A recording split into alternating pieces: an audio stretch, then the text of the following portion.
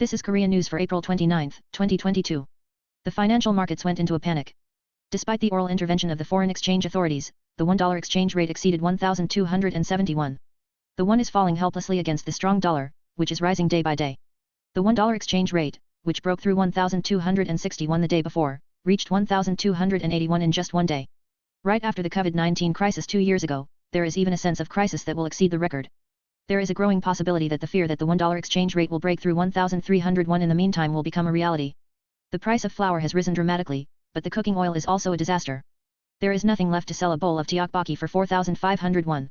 Self-employed Kim Mo, who runs a snack shop near an academy in Gimpo, Gyeyang, has a lot of trouble with the cost of materials recently. This is because the price of flour and cooking oil has risen too much. A bigger problem is the prospect that the upward trend will continue in the future. He said he was considering closing his business after 20 years of business. The price of palm oil recently hit a record high, and Indonesia, the world's #1 exporter of palm oil, announced on the 28th that it will stop exporting cooking oil and raw materials, raising a sigh of relief among self-employed people. This is because food material prices are on the rise as the Russian-Ukraine war, the global logistics crisis, and the suspension of palm oil exports to Indonesia overlap. Self-employed people are hoarding food materials or even closing their businesses altogether. A self-employed person who runs a chicken restaurant in Gyeogu, Seoul, has recently purchased 5 cans of cooking oil for the business. The price of commercial soybean cooking oil, which was an average of 22,000 won for an 18-liter bottle at the beginning of last year, more than doubled to around 50,000 won. Park complained, "It has risen a lot now, but I am worried that there is a possibility that it will go up even more."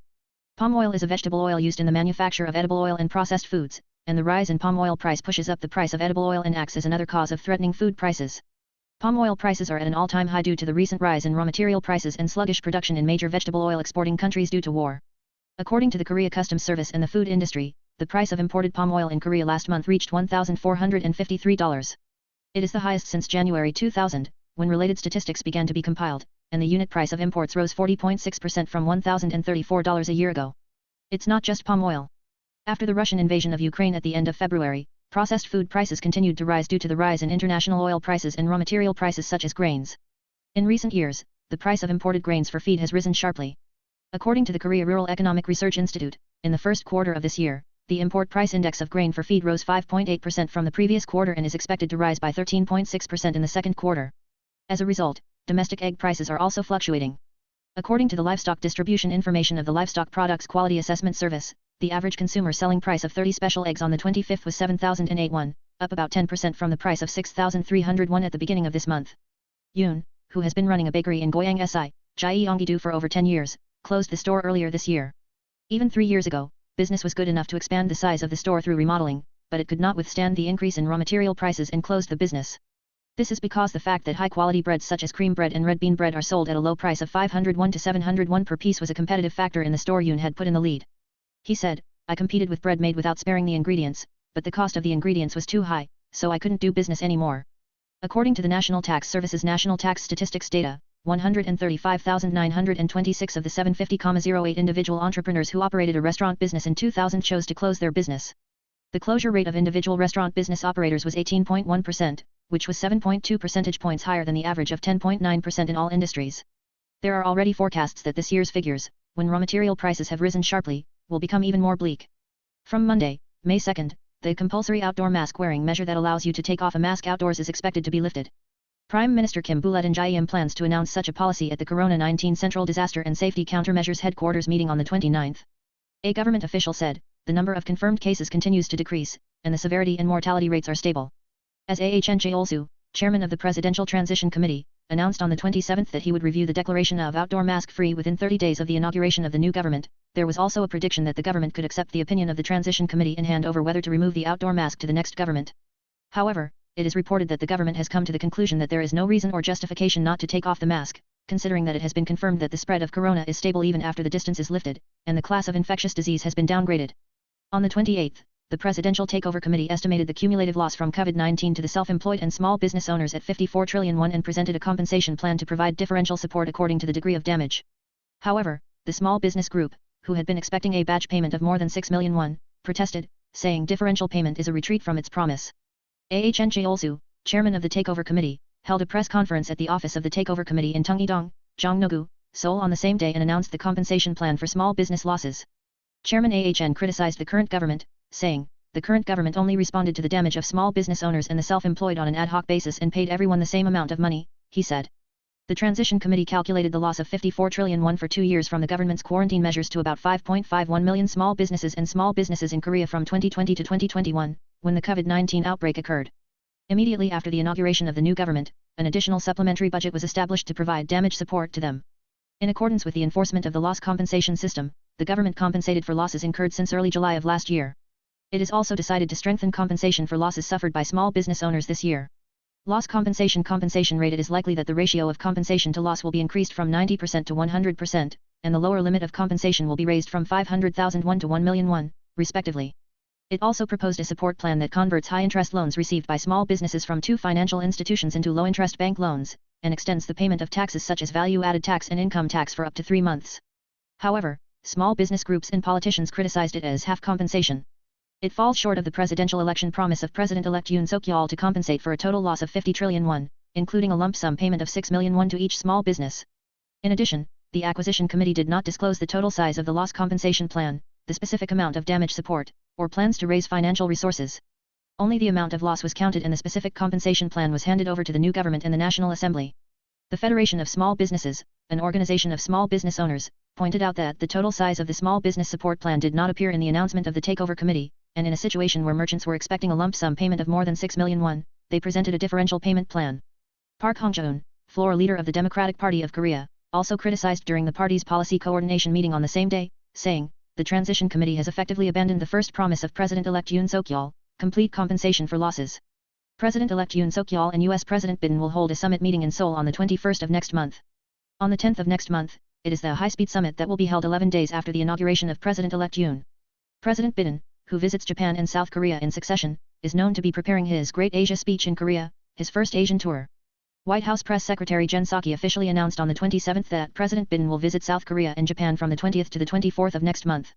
President-elect Yoon Seok-yeol also announced on the 28th that the Korea-US summit will be held on the 21st of next month. A White House spokeswoman said in particular that this visit will advance our unwavering commitment to a free and open Indo-Pacific and our treaty alliance with South Korea and Japan. He continued, we will expand our intensive diplomacy with Indo-Pacific countries that has been running for more than a year, including the ASEAN Special Summit between the United States and the Association of Southeast Asian Nations to be held in Washington on the 12th and 13th of next month. He emphasized that the key goal of President Biden's trip to Korea and Japan is to contain China. Accordingly, it is reported that President Biden is planning a public address to the Asian region during his visit to Korea. Prior to President Biden's visit to South Korea last week, the U.S. side's expedition to South Korea toured major universities in Seoul where they could speak to a general audience. The intention is to clearly convey the message of containment to China not only to the Korean people and government, but also to the entire Indo-Pacific region.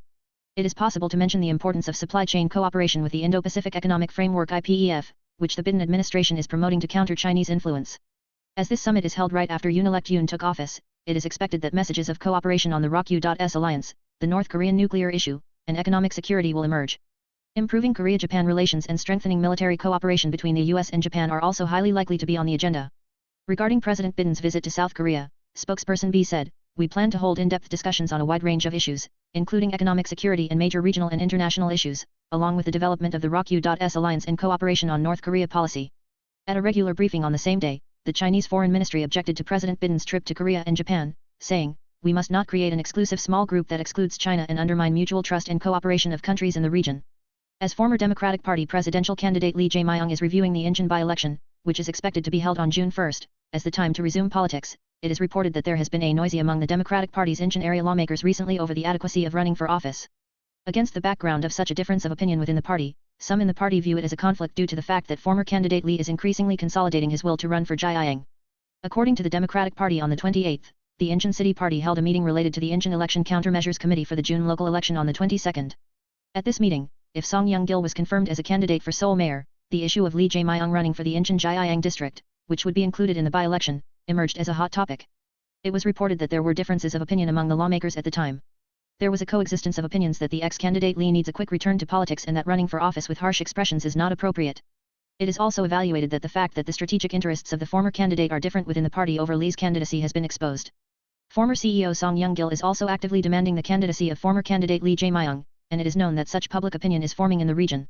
In Lee's fan cafe, Jae-myung's village, the words "I should run for Gyeyang" were quiet for a while, but since the 22nd, they have been posting one after another.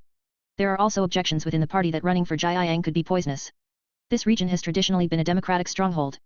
A Democratic Party official pointed out, like the case of Yoon Seok-yeol in the past, deliberately looking for an easy path may not help the next presidential election. Amid the prolonged lockdown in Shanghai, China, it is controversial after revelations that a large amount of parasites were found in lunchboxes provided to quarantined people. On the 28th, on Chinese social media Weibo, a short video was shared by a netizen, a resident of an apartment in Milong County, Minhang District, Shanghai. The video, which is said to have been filmed 3 days ago, shows a villager flipping through the side dishes supplied by the government with chopsticks, and there is a scene where foreign substances such as parasites and insects are smeared. It is known that the lunchbox was distributed to all residents by the local quarantine authorities. The side dish in which the parasite was found is honglu, a traditional Chinese dish made with pork. Netizens said that foreign substances were embedded deep inside the pork, and that they decided to expose it in anger at the fact that even a lunchbox was not enough because even a long-term forced lockdown was not enough. As the video spread and controversy grew, it is known that the Minhang Market Management Supervision Bureau dispatched an employee to the site in the afternoon of the same day to conduct an investigation. On Weibo that day, a video was also uploaded of a person believed to be an employee wearing protective clothing and inspecting a lunchbox. However, the results of the investigation and additional damage cases were not disclosed. Controversy over lunchboxes also emerged from Tongji University in Shanghai. This is because current students under quarantine are exposing the hygiene status of lunchboxes distributed by the school. Students locked up in dormitories along with the lockdown order claimed that parasites, worms, and snails were found in the lunchbox rationed on the 26th. Then, he posted a photo he had taken on Weibo and complained about it. However, the school has not yet made a statement. Earlier, China implemented a high-strength lockdown on Shanghai from the 28th of last month to prevent the spread of the coronavirus. However, since no proper measures to protect the residents have been put in place, complaints from the residents continue. Recently, a photo of the quarantine authorities installing an iron fence at the entrance of a house where ordinary residents live has sparked controversy. Thank you for watching today. Please like and subscribe.